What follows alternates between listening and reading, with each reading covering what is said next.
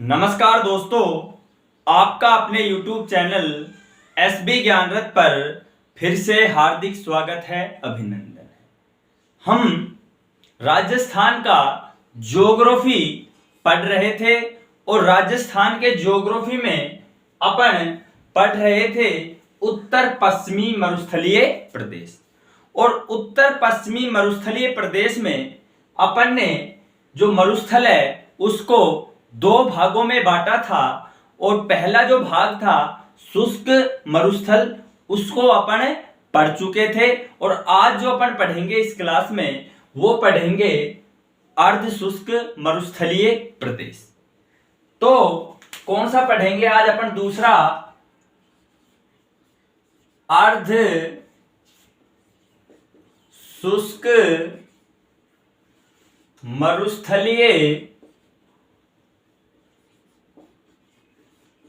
शुष्क मरुस्थलीय प्रदेश।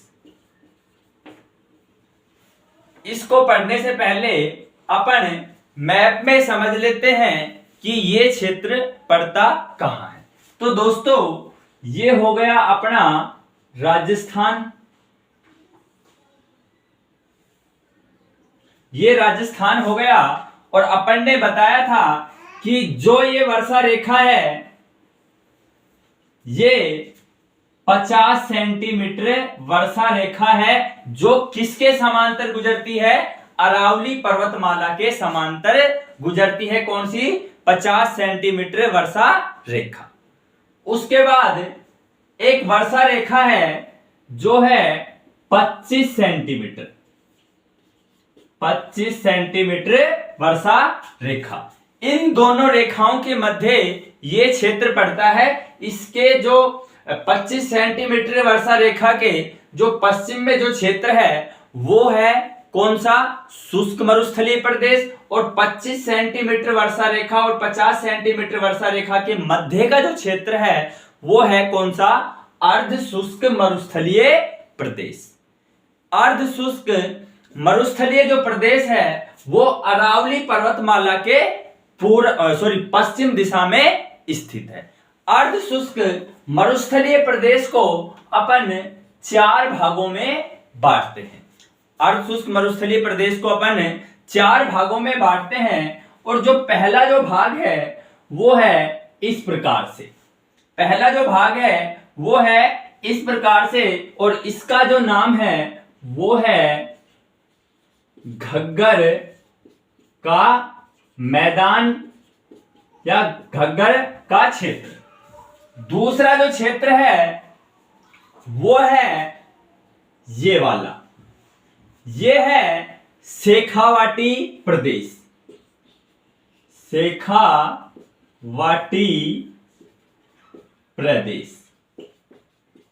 शेखावाटी प्रदेश ये पूरा का पूरा जो क्षेत्र है वो अरावली पर्वतमाला के तो पश्चिम में और 25 सेंटीमीटर वर्षा रेखा के पूर्व दिशा में पड़ता है। उसके बाद तीसरा जो क्षेत्र है वो है नागौरी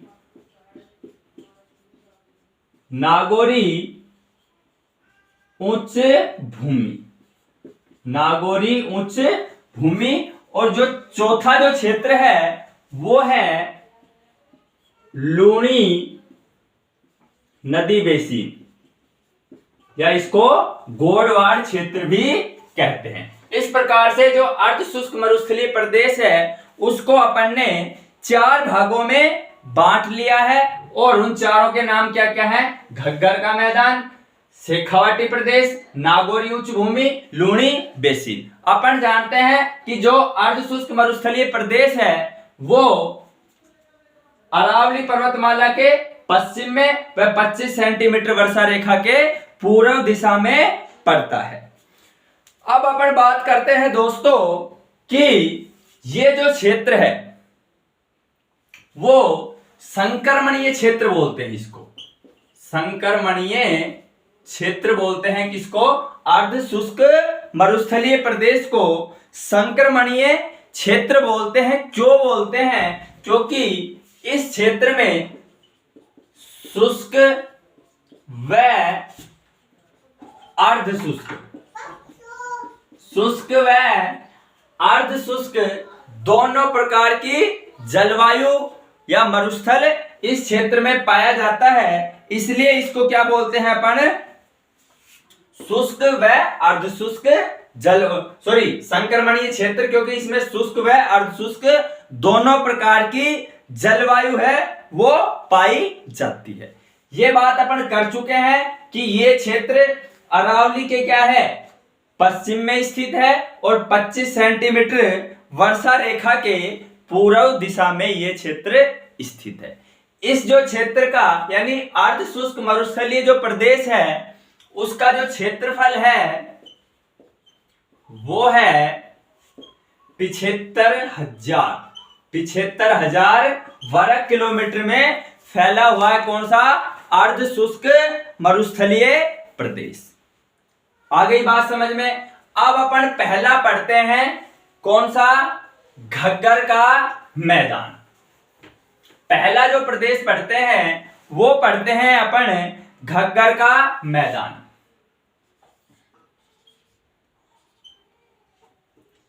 घग्गर का मैदान। दोस्तों अपन बात करते हैं जो घग्गर का मैदान है वो राजस्थान के गंगानगर, हनुमानगढ़ और अनूपगढ़ क्षेत्र में पड़ता है।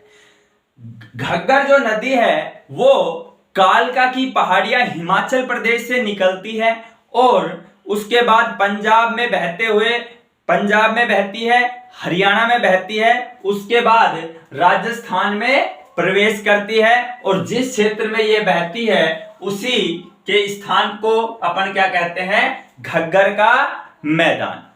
अच्छा, उसके बाद अपन बात करते हैं कि जो घग्गर का मैदान है वो किन किन जिलों में फैला हुआ है। तो इसका जो विस्तार है, विस्तार की बात करते हैं अपन, तो इसका विस्तार राजस्थान के 3 जिलों में है। कौन कौन से में, गंगानगर, हनुमानगढ़ व नया जिला अनूपगढ़। यानी घग्गर नदी का राजस्थान के 3 जिलों में बहती है, गंगानगर, अनूपगढ़ और हनुमानगढ़ में बहती है। घग्गर नदी जो अब बहती है, प्राचीन समय में इसके जगह एक नदी बहती थी और उसका नाम था सरस्वती नदी। सरस्वती नदी घग्गर नदी का प्राचीन उसमें स्वरूप में बह रही है। यानी प्राचीन समय में जहां पर घग्गर नदी आज बह रही है वहां पर कौन सी नदी बहती थी, सरस्वती नदी बहती थी। घग्गर नदी को अपन मृत नदी के नाम से भी जानते हैं या इसको डेड रिवर के नाम से भी जानते हैं। किसको, घग्गर नदी को। और ये चीज मैं पहले ही बता चुका हूं कि जो घग्गर नदी है वो कालका हिमाचल प्रदेश से निकलती है, उसके बाद पंजाब में जाती है, फिर हरियाणा में आती है और उसके बाद राजस्थान में बहती है।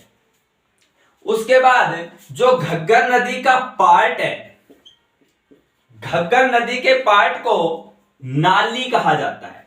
दोस्तों बहुत बार पूछा जाता है कि घग्गर नदी के पार्ट को नाली कहा जाता है। और घग्गर नदी का जो क्षेत्र है वो राजस्थान का, घग्गर नदी का जो क्षेत्र है गंगानगर, हनुमानगढ़ और अनूपगढ़, ये राजस्थान का क्या है, अन्ननागार कहलाता है। अन्ननागार क्षेत्र कहलाता है। अन्ननागार से मतलब ये हो गया कि इस क्षेत्र में सबसे अधिक गेहूं यानी अन्न का क्या होता है, उत्पादन होता है। किस क्षेत्र में, घग्गर के मैदानी क्षेत्र में। तो इस प्रकार से अपन ने पहला कौन सा पढ़ लिया, घग्गर का मैदानी प्रदेश। अब अपन दूसरे के बारे में बात करते हैं। दूसरा देखो मैप में कौन सा क्षेत्र है, शेखावाटी प्रदेश। दूसरा कौन सा है दोस्तों, शेखावाटी प्रदेश।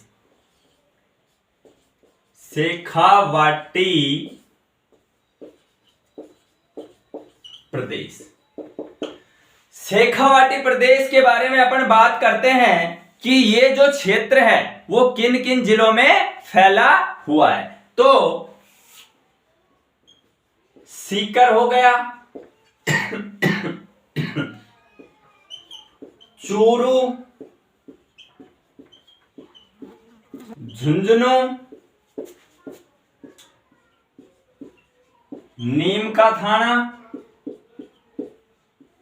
यानी सीकर, चूरू, झुंझुनू और नीम का थाना, और जो डीडवाना कुचामन जो नया जिला बना है, डीडवाना कुचामन, डीडवाना कुचामन जो नया जिला बना है उसका उत्तरी भाग इसके क्षेत्र में आता है, शेखावाटी प्रदेश के अंतर्गत आता है। यानी शेखावाटी प्रदेश में कौन कौन से जिले आते हैं राजस्थान के? सीकर, चूरू, झुंझुनू, नीम का थाना, डीडवाना कुचामन जिले का उत्तरी भाग। दोस्तों इस प्रदेश को अपन बांगड़ प्रदेश के नाम से भी जानते हैं, बांगड़, है ना। कई बार शेखावाटी प्रदेश में लिखकर क्या नाम आ जाएगा? बांगड़ प्रदेश, बांगड़ प्रदेश। अब देखो कि बांगड़ क्या होता है। दोस्तों बांगड़ शब्द का जो अर्थ होता है वो ये होता है कि प्राचीन समय में प्राचीन समय में नदियों के द्वारा जो मिट्टी लाकर इकट्ठा की गई थी और वर्तमान समय में वो क्या है, बहुत ऊंचे हैं, उन्हीं को क्या कहते हैं अपन? बांगड़। यानी बांगड़ क्या कहेंगे कि प्राचीन समय में नदियों के द्वारा जो मिट्टी लाकर इकट्ठा की गई थी उसको क्या कहते हैं अपन? बांगड़। जो वर्तमान समय में क्या है, ऊंचे हैं, वहां पर बाढ़ नहीं आ सकती, इसलिए इस क्षेत्र को क्या कहते हैं? बांगड़ प्रदेश। अच्छा, उसके बाद अपन बात करते हैं कि जो शेखावाटी प्रदेश में अपन ने टीले पढ़ाए थे उस समय भी बताया था कि शेखावाटी प्रदेश यानी बांगड़ प्रदेश में सबसे अधिक जो टीले मिलेंगे वो किस प्रकार के मिलेंगे? बरखान, बरखान टीले या अर्धचंद्राकार टीले शेखावाटी प्रदेश में क्या मिलेंगे? सबसे अधिक मिलेंगे। ठीक है दोस्तों, उसके बाद अपन बात करते हैं कि शेखावाटी प्रदेश में जो कुएं होते हैं, शेखावाटी प्रदेश में जो कुएं होते हैं उनको स्थानीय भाषा में जोहड़ कहा जाता है। क्या कहते हैं? जोहड़। स्थानीय भाषा में क्या कहते हैं इनको? जोहड़। और ये क्वेश्चन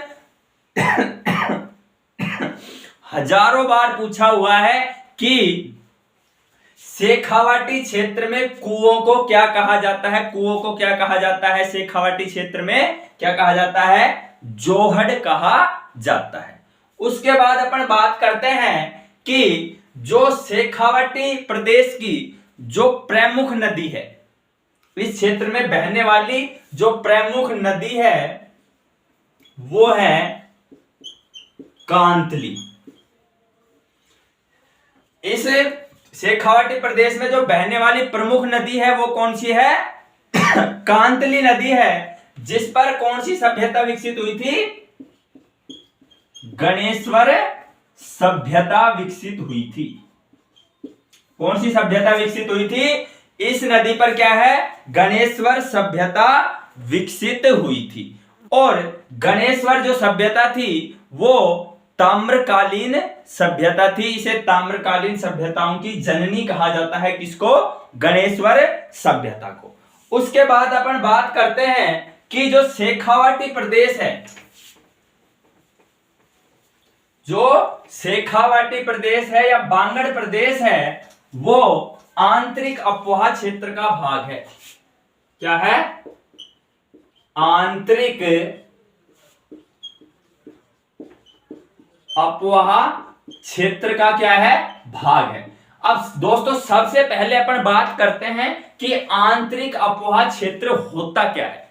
अपन बात करते हैं राजस्थान में 3 प्रकार के क्षेत्र हैं।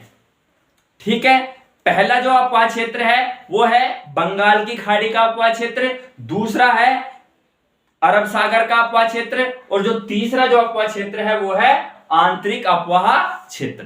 तो दोस्तों बंगाल की खाड़ी का अपवाह क्षेत्र वो हो गया कि जो नदियां मुख्य नदी या उसकी सहायक नदियां जो अपना जल कहां गिरती है, बंगाल की खाड़ी में गिरती है, वो तो कौन सी हो गया, बंगाल की खाड़ी का अपवाह क्षेत्र।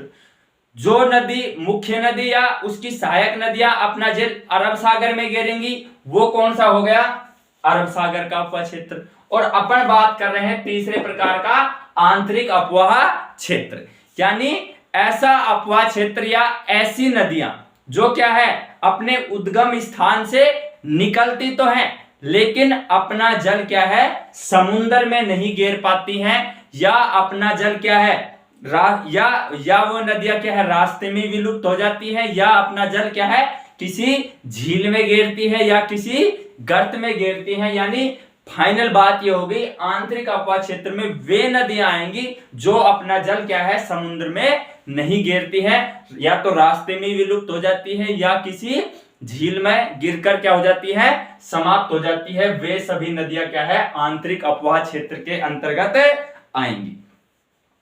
अच्छा, आंतरिक अपवाह क्षेत्र में कौन सी झील आती है, सांभर झील आती है।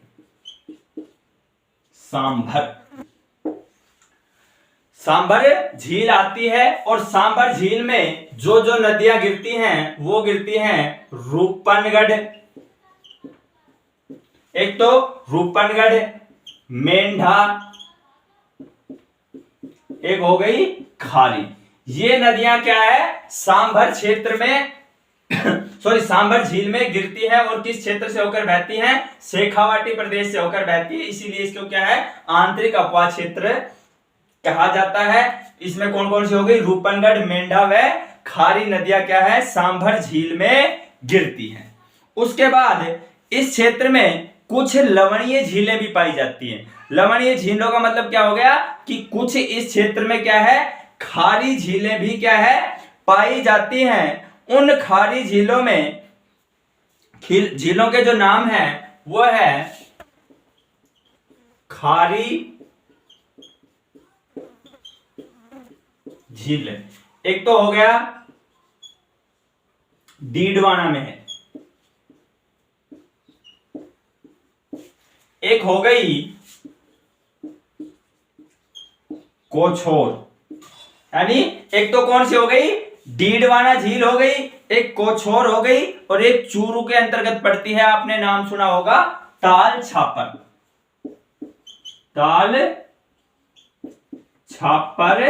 झील। यानी इस आंतरिक अपवाह क्षेत्र के अंतर्गत खारी झीलें पड़ती हैं, डीडवाना झील हो गई, कोछोर हो गई, ताल छापर झील। ये झीलें किस क्षेत्र के अंतर्गत आती हैं, शेखावाटी प्रदेश के अंतर्गत आती हैं। अब अपन बात करते हैं कि जो रेत के टीले होते हैं उनके अंदर जब वर्षा होती है तो क्या है जल क्या हो जाता है एकत्रित हो जाता है, यानी बालू का स्तूपों के अंतर्गत उनका नाम होता है सर। क्या है, अब कई बार पूछता है कि सर क्या होता है, कि जब वर्षा होती है तो क्या है स्तूपों के अंतर जो नीचा क्षेत्र होता है, स्तूप क्या होते हैं ऊंचे होते हैं, और स्तूपों के जो नीचा ढलानी क्षेत्र होता है, जो नीचा क्षेत्र होता है उसमें क्या है पानी भर जाता है, तो उन पानी भरों को क्या अपन क्या उस जगह को क्या कहेंगे सर के नाम से जाना जाता है। जैसे मलसर हो गई, जूसर हो गई, यानी सर किसको कहेंगे कि जब वर्षा के दिनों में स्तूपों के जो नीचे का भाग होता है, जो नीची जमीन होती है, वहां पर पानी क्या है अस्थायी रूप से भर जाता है, तो उसको क्या कहते हैं सर कहा जाता है। उसके बाद अपन बात करते हैं कि जो शेखावाटी प्रदेश है, शेखावाटी जो प्रदेश है उसकी जो पूर्वी सीमा निर्धारित करती है वो तो कौन सी करती है अरावली पर्वत श्रृंखला, और पश्चिमी जो सीमा निर्धारित करती है वो कौन करती है? 25 सेंटीमीटर वर्षा रेखा। उसके बाद अपन बात करते हैं कि शेखावाटी क्षेत्र में एक शब्द होता है बीड। बहुत बार पूछा जाता है दोस्तों कि बीड क्या है। तो बीड शब्द क्या है? शेखावाटी क्षेत्र में घास के जो मैदान होते हैं, घास के मैदान, घास के मैदानों को शेखावाटी क्षेत्र में बीड कहा जाता है।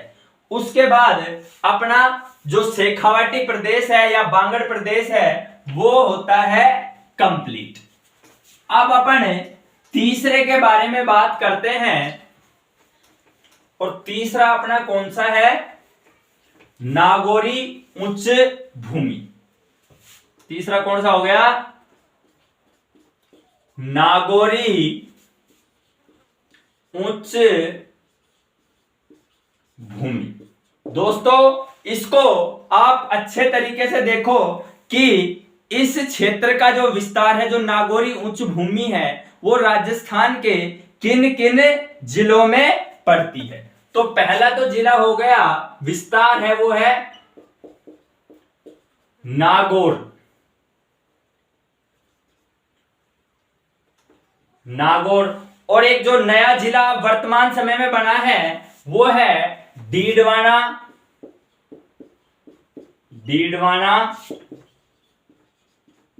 कुचामन व अजमेर जो जिला है, अजमेर का उत्तरी भाग। यानी जो नागौरी उच्च भूमि में कौन कौन से जिले आते हैं? नागौर है, डीडवाना कुचामन है और अजमेर जिले का जो उत्तरी भाग है वो किस क्षेत्र के अंतर्गत आते हैं? नागौरी उच्च भूमि के अंतर्गत आते हैं। अब दोस्तों एक बहुत अच्छी बात है, बहुत बार क्वेश्चन पूछा जाता है कि जो ये वाला जो क्षेत्र है ना, नागौरी उच्च भूमि जो क्षेत्र है, इस क्षेत्र के अंदर यानी भूमि के अंदर एक चट्टानें पाई जाती हैं, माइका शिस्ट। माइका शिस्ट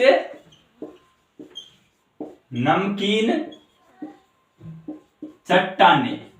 अब दोस्तों इसको आप ध्यान से देखना कि इस क्षेत्र में पृथ्वी के अंदर माइका शिस्ट नमकीन चट्टानें पाई जाती हैं। इसी कारण इस क्षेत्र में जो झीलें होती हैं वो मोस्टली रूप से खारी पाई जाती हैं। अब जो माइका शिस्ट चट्टानें हैं, आपने एक शब्द सुना होगा केसी कातु। केसी कातु वो होता है, जैसे आपने देखा होगा कि जो चिमनी होती है, जब अपन चिमनी में तेल डाल देते हैं और ऊपर से उसमें एक सूखी जो बात होती है किसी कपड़े की वो डाल देते हैं, और जब चिमनी को ऊपर से तिल्ली के द्वारा जला दिया जाता है तो एक प्रक्रिया होती है कि जो तेल है, जैसे ये चिमनी हो गई, ये अपन ने इसमें बात डाल दी और ऊपर से इसको जला दिया, तो जो तेल है वो क्या है, धीरे धीरे रिसकर क्या है, इस बात में क्या है, ऊपर जाने लगता है और चिमनी क्या है, जलने लगती है। इसी तेल के क्या है, ऊपर जाने की जो विधि होती है वो क्या होती है, केसी कातु। अब देखो केसी कातु अपने यहाँ पर क्या काम आ रही है कि जो राजस्थान की जो नागौरी जो उच्च भूमि है, इसके अंतर्गत जो जमीन में माइका शिस्ट नमकीन चट्टानें पाई जाती हैं, और ये माइका शिस्ट नमकीन जो चट्टानें हैं वो केसी कातु के कारण, केसी कातु विधि के कारण नमकीन अंदर से क्या है, नीचे ऊपर जो भी झीलें हैं या नदियां हैं उसमें क्या है, ऊपर आता रहता है। और इस क्षेत्र में क्या है, जो जल पाया जाता है वो क्या पाया जाता है, नमकीनी पाया जाता है। क्यों पाया जाता है? क्योंकि इस क्षेत्र में कौन सी माइका शिस्ट नामक नमकीन चट्टानें पाई जाती हैं, जो केसी कातु विधि के द्वारा ऊपर नमक आता रहता है। और इस क्षेत्र में जो झीलें हैं या नदियां हैं उनका जल कैसा पाया जाता है, खारा, इसी कारण पाया जाता है।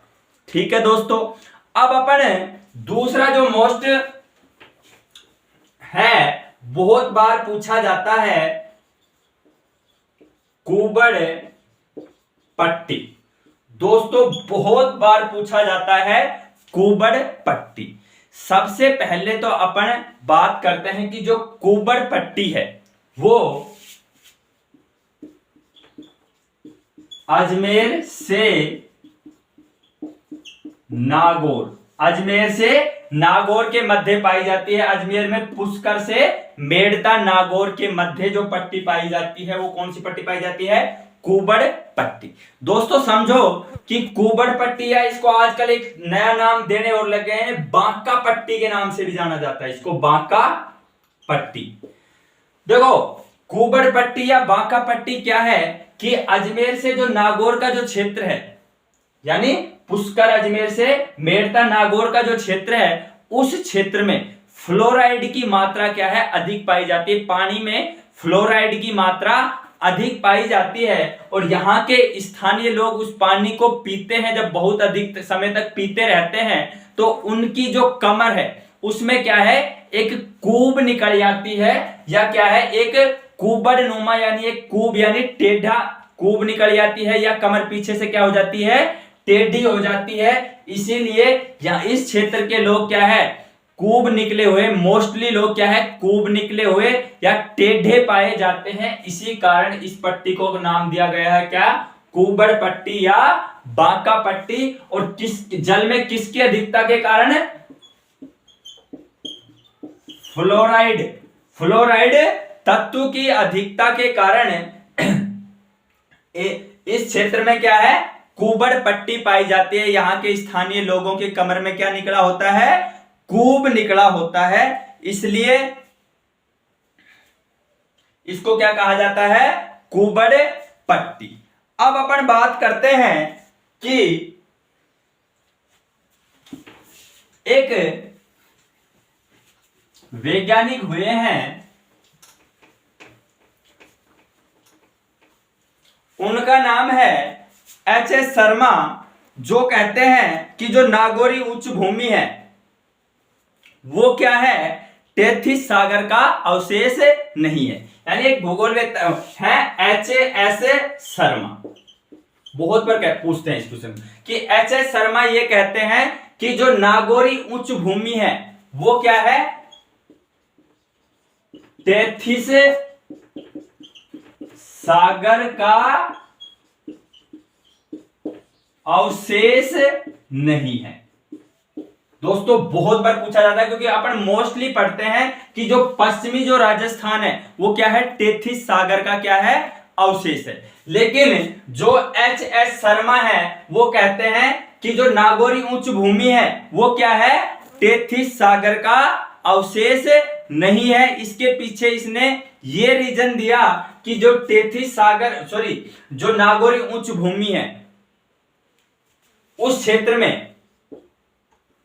क्षेत्र में के पानी में जो मैग्जीन है, क्या है? जो मैग्जीन है उस तत्व की कमी पाई जाती है। जबकि जो समुद्री जो क्षेत्र है, जो समुद्री जो जल है, या जो समुद्री क्षेत्रों में जो पाया जाने वाला जल है, या समुद्र में पाए जाने वाले जल में क्या है? मैग्जीन तत्व की क्या होती है? अधिकता होती है। लेकिन नागौरी उच्च भूमि जो क्षेत्र है उसमें क्या है? मैग्जीन तत्व की क्या है? कमी है। इसी कारण एच.एस. शर्मा क्या कहते हैं कि नागौरी जो उच्च भूमि है वो क्या है?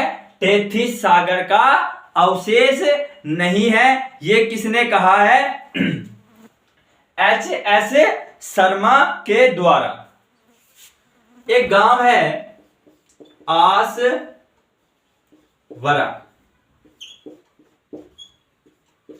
आसवरा गांव जो कहां पड़ता है?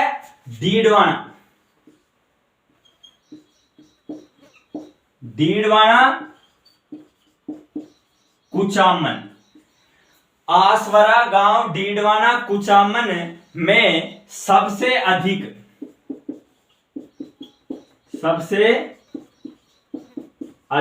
यानी जो आसवरा गांव डीडवाना कुचामन में पड़ता है उसमें सबसे अधिक पानी में क्या है, फ्लोराइड पाया जाता है। यानी इस पूरे राजस्थान में जो सबसे अधिक फ्लोराइड, जो राजस्थान में सबसे अधिक फ्लोराइड पाया जाता है वो कौन सा गांव में पाया जाता है, आसवरा गांव डीडवाना कुचामन में सबसे अधिक क्या पाया जाता है, फ्लोराइड की मात्रा पाई जाती है। अब अपन ये अपना जो नागौरी उच्च भूमि है उसके बारे में अपन ने बात कर ली, और जो आपका लास्ट जो टॉपिक है वो है चौथा जो भाग है अर्ध शुष्क मरुस्थलीय प्रदेश का, वो है लूणी बेसिन। लूणी बेसिन या इसको अपन गोडवाड़ प्रदेश भी कहते हैं। गोडवाड़ प्रदेश भी कहते हैं।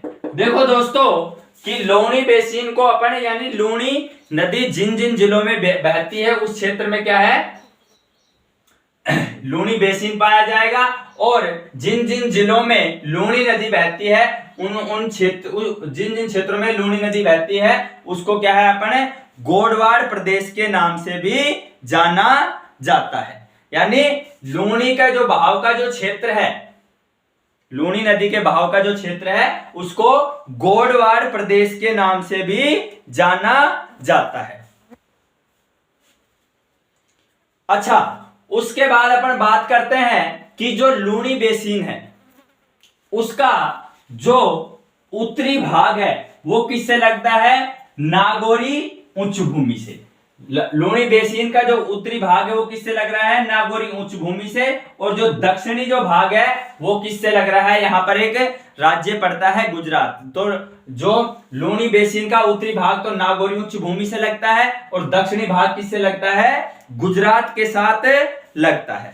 उसके बाद अपन बात करते हैं कि लूणी की सहायक नदियां कौन कौन सी है।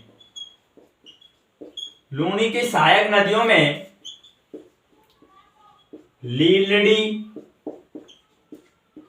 मीठड़ी, लीलड़ी हो गई, मीठड़ी हो गई, जोजड़ी हो गई, जोजड़ी हो गई, सागी हो गई, जमाई हो गई। ये क्या है, जो लूणी की क्या है, सहायक नदियां हैं। अब अपन बात करते हैं कि जो लूणी बेसिन है उसका विस्तार किस किस जिले में है। विस्तार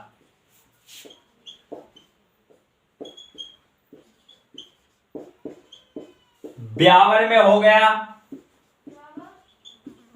तो लूणी बेसिन का विस्तार किस किस में है, ब्यावर में है, पाली में है, जालोर में है,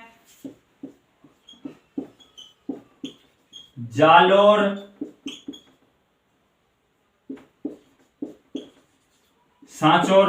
तो किस किस में है, ब्यावर में, पाली में, जालोर में, सांचौर में, और एक जोधपुर ग्रामीण और बालोतरा बाड़मेर।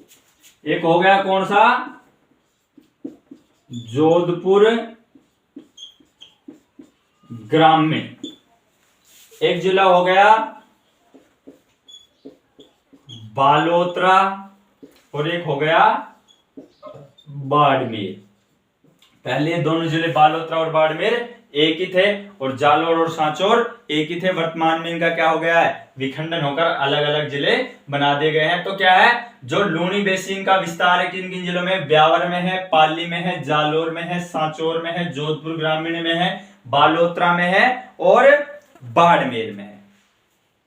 अब अपन बात करते हैं कि इस क्षेत्र में लूणी बेसिन में क्या है, ग्रेनाइट,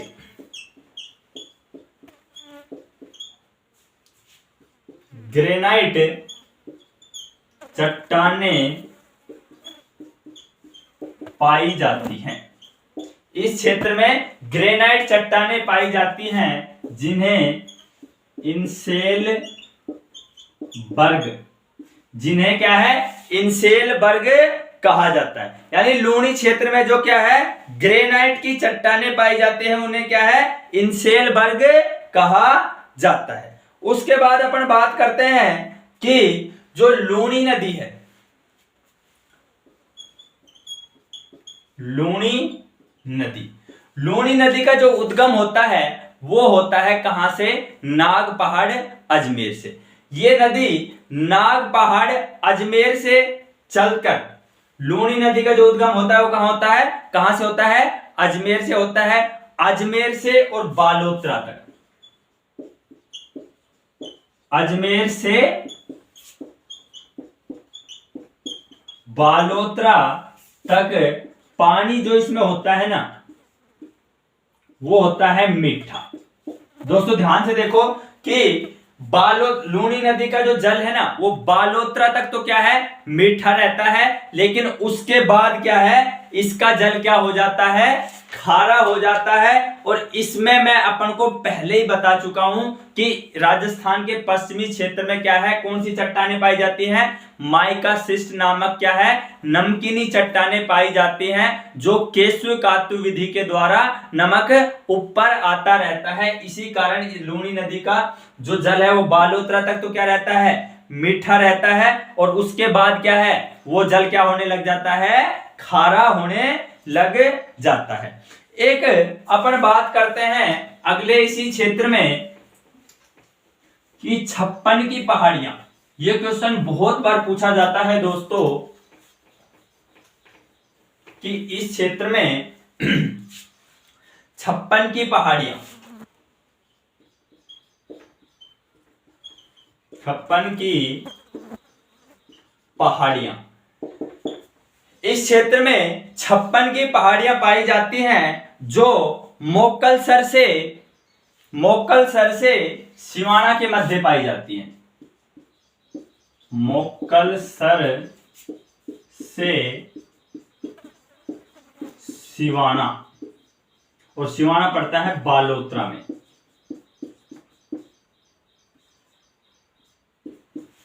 छप्पन की जो पहाड़ियां हैं वो मोक्कलसर से सिवाना के मध्य तक फैली हैं, जिनमें सबसे अधिक ग्रेनाइट पाया जाता है।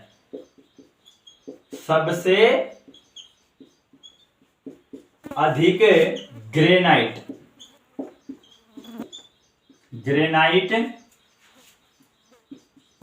पाया जाता है।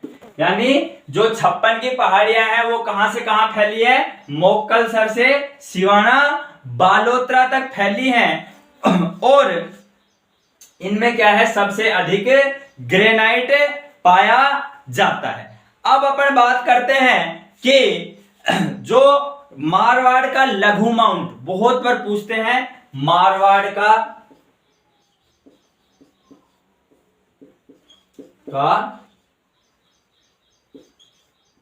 लघु माउंट। एक जगह है पीपलूद, एक जगह है पीपलूद का हल्देश्वर नामक पहाड़ है। पीपलूद का हल्देश्वर नामक जो पहाड़ है, यानी पीपलूद का जो हल्देश्वर नामक पहाड़ है उसे मारवाड़ का लघु माउंट मारवाड़ का लघु माउंट कहा जाता है। अब लास्ट जो बात इसमें रह गई है कि जो सांचौर क्षेत्र है, सांचौर क्षेत्र में लूनी का जो बहाव है, सांचौर में जो लूनी नदी है, लूनी नदी के बहाव को रेल या नेहड़ कहा जाता है।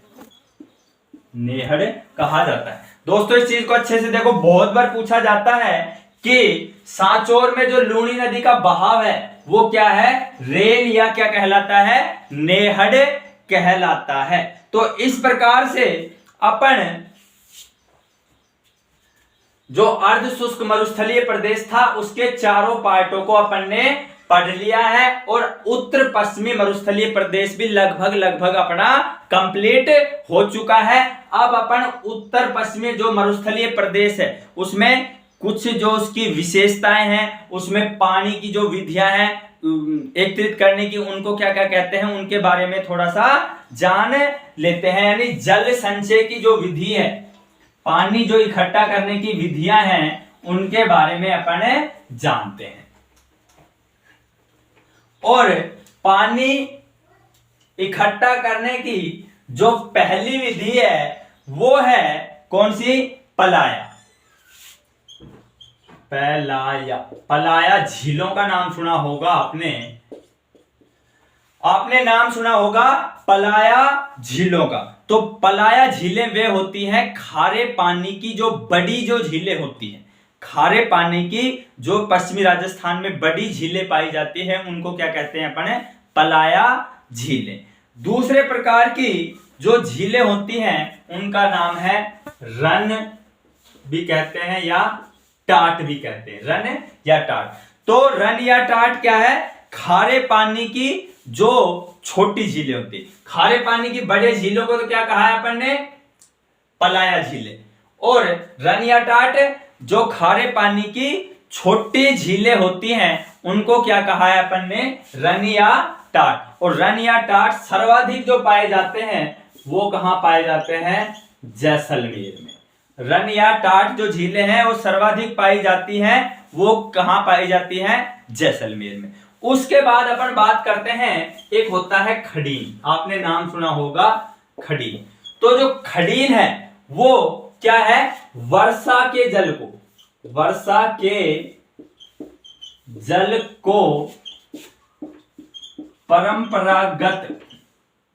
परंपरागत रूप से एकत्रित, यानी खडीन किसको कहेंगे? वर्षा के जल को क्या है? परंपरागत रूप से एकत्रित करने की जो विधि है उसको अपन क्या कहते हैं? खडीन। वर्षा के जल को क्या है? परंपरागत रूप से क्या है? एकत्रित करने की जो विधि है वो क्या कहलाती है? खडीन कहलाती है। और जो खडीन है, खडीन से जल एकत्रित करने की विधि या खडीन से कृषि करने की जो विधि है वो जैसलमेर के पालीवाल ब्राह्मणों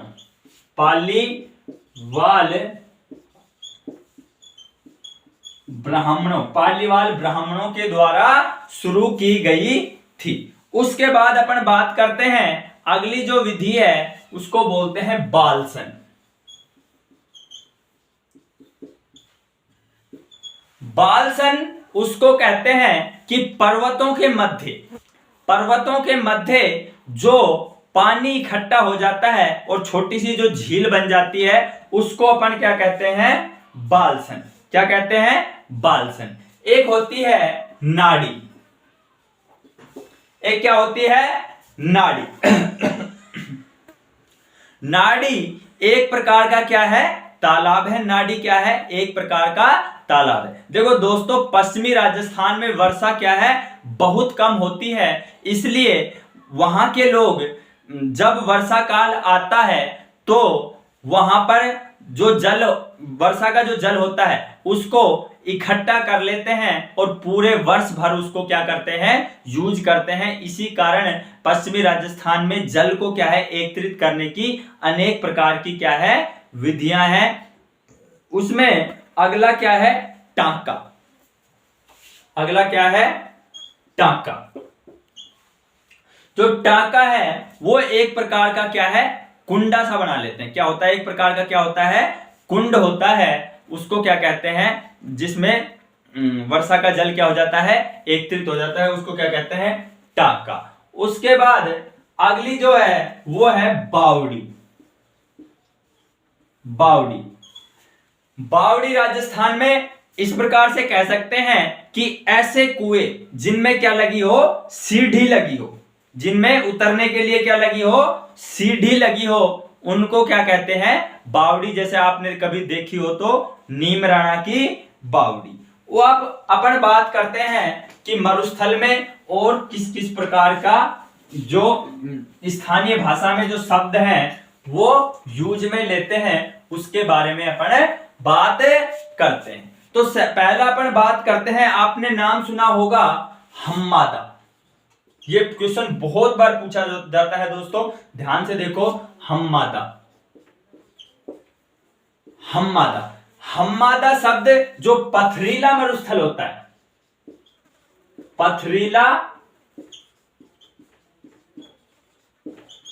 पथरीला जो मरुस्थल होता है उसे हम्मादा कहा जाता है। पथरीले मरुस्थल को क्या कहा जाता है? हम्मादा कहा जाता है। एक शब्द होता है इर्ग। इर्ग जो शब्द है वो है रेतीला मरुस्थल। रेतीला यानी हम्मादा तो क्या है? पथरीला मरुस्थल है, और इर्ग जो है वो क्या है? रेतीला मरुस्थल है। उसके बाद एक होता है शब्द रेग। ये बहुत बार पूछे जाते हैं दोस्तों कि रेग क्या है। तो रेग क्या है? हम्मादा तो क्या है? पथरीला मरुस्थल है। इर्ग क्या है? रेतीला मरुस्थल है। और रेग क्या हो गया? पथरीला और रेतीला जो दोनों मरुस्थलों का जो मिश्रण है उसको क्या कहते हैं अपन? रेग। वो क्या हो गया? रेग। अब अपन बात करते हैं कि जो उत्तर पश्चिमी मरुस्थलीय प्रदेश है उसकी विशेषता क्या क्या है, कि इसमें ऐसा क्या क्या विशेष पाया जाता है। तो उत्तरी पश्चिमी मरुस्थलीय प्रदेश की अपन विशेषता की बात करते हैं। सबसे पहले अपन बात करते हैं कि यह विश्व का सबसे घना बसा मरुस्थलीय प्रदेश है। जो थार का जो मरुस्थल है जो राजस्थान में पाया जाता है, पश्चिमी राजस्थान में पाया जाता है, वो विश्व का क्या है? सबसे घना बसा हुआ मरुस्थलीय प्रदेश है। यानी यहां पर जीव भी अन्य मरुस्थलों की तुलना में अधिक पाए जाते हैं, मानव भी अधिक पाए जाते हैं। तो ये क्या है? विश्व का सबसे घना बसा मरुस्थलीय प्रदेश है। जो दूसरा है वो है कि जो थार के मरुस्थल में सबसे अधिक जैव विविधता पाई जाती है। थार के मरुस्थल में सबसे अधिक क्या पाई जाती है? जैव विविधता। जैव विविधता सबसे अधिक क्या पाई जाती है? जैव विविधता पाई जाती है। और सबसे घना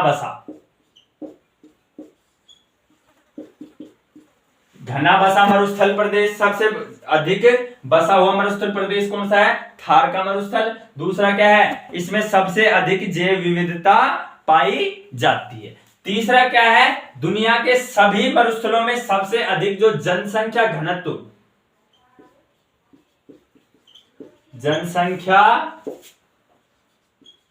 घनत्व, यानी विश्व के सभी मरुस्थलों में सबसे अधिक जो जनसंख्या घनत्व पाया जाता है वो कहां पाया जाता है? थार के मरुस्थल में। उसके बाद जो चौथा है ये क्या है? विश्व का सबसे युवा मरुस्थल है। विश्व का सबसे युवा मरुस्थल कौन सा है? थार का मरुस्थल। उसके बाद अपन बात करते हैं कि इस मरुस्थल में प्राकृतिक गैस व लिग्नाइट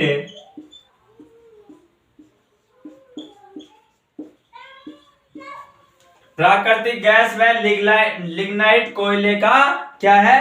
भंडार पाया जाता है। और जो सबसे मेन जो बात है वो अपन बात करते हैं छठा, कि भारतीय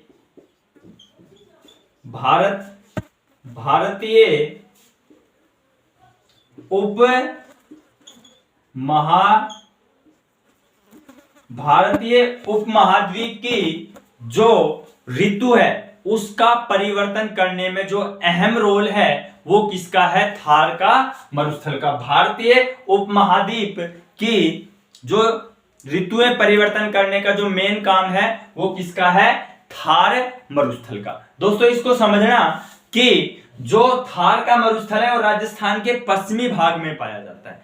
अपन जानते हैं कि जब गर्मियां होती हैं तो थार के मरुस्थल का टेम्परेचर लगभग 50 से 52 डिग्री सेंटीग्रेड तक चला जाता है। और यहां पर अधिक तापमान होने के कारण, थार के मरुस्थल में अधिक तापमान होने के कारण इस क्षेत्र का वायु दाब है वो क्या हो जाता है, कम हो जाता है। अधिक तापमान होने के कारण, गर्मियों के दिनों में अधिक तापमान होने के कारण इस क्षेत्र का वायु दाब क्या हो जाता है, निम्न हो जाता है। और अपन जानते हैं कि वर्षा की जो पवनें हैं वो क्या है, उच्च वायु दाब से निम्न वायु दाब की ओर चलती हैं। इसी कारण जो ऋतुओं का जो परिवर्तन होता है उसमें सबसे ज्यादा जो अहम किरदार है वो किसका है, थार के मरुस्थल का।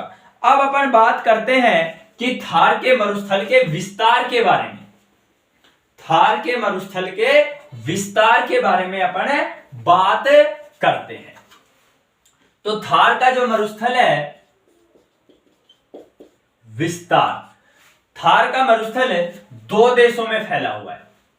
थार का मरुस्थल 2 देशों में फैला हुआ है। पहला हो गया अपना देश भारत और दूसरा हो गया नल्ला नहीं लिखना है, नल्ला पाकिस्तान।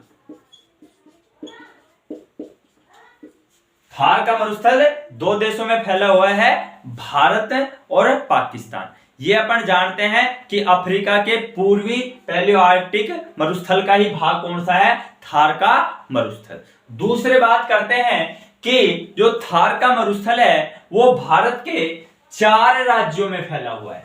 थार का मरुस्थल भारत के 4 राज्यों में फैला हुआ है। कौन कौन सा है, पहला हो गया गुजरात, दूसरा हो गया पंजाब, तीसरा हो गया हरियाणा और चौथा हो गया अपना राजस्थान। यानी थार का मरुस्थल 4 राज्यों में फैला हुआ है।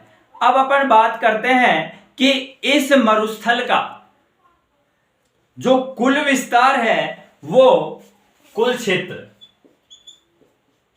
थार के मरुस्थल का जो कुल क्षेत्र है वो है 2,33,000 वर्ग किलोमीटर। थार के मरुस्थल का जो कुल क्षेत्रफल है वो कितना है, 2,33,000 वर्ग किलोमीटर। और उसके बाद ये क्वेश्चन ज्यादा पूछा जाता है कि थार का मरुस्थल राजस्थान में, यानी राजस्थान में थार का मरुस्थल कितने क्षेत्र पर फैला हुआ है। तो राजस्थान में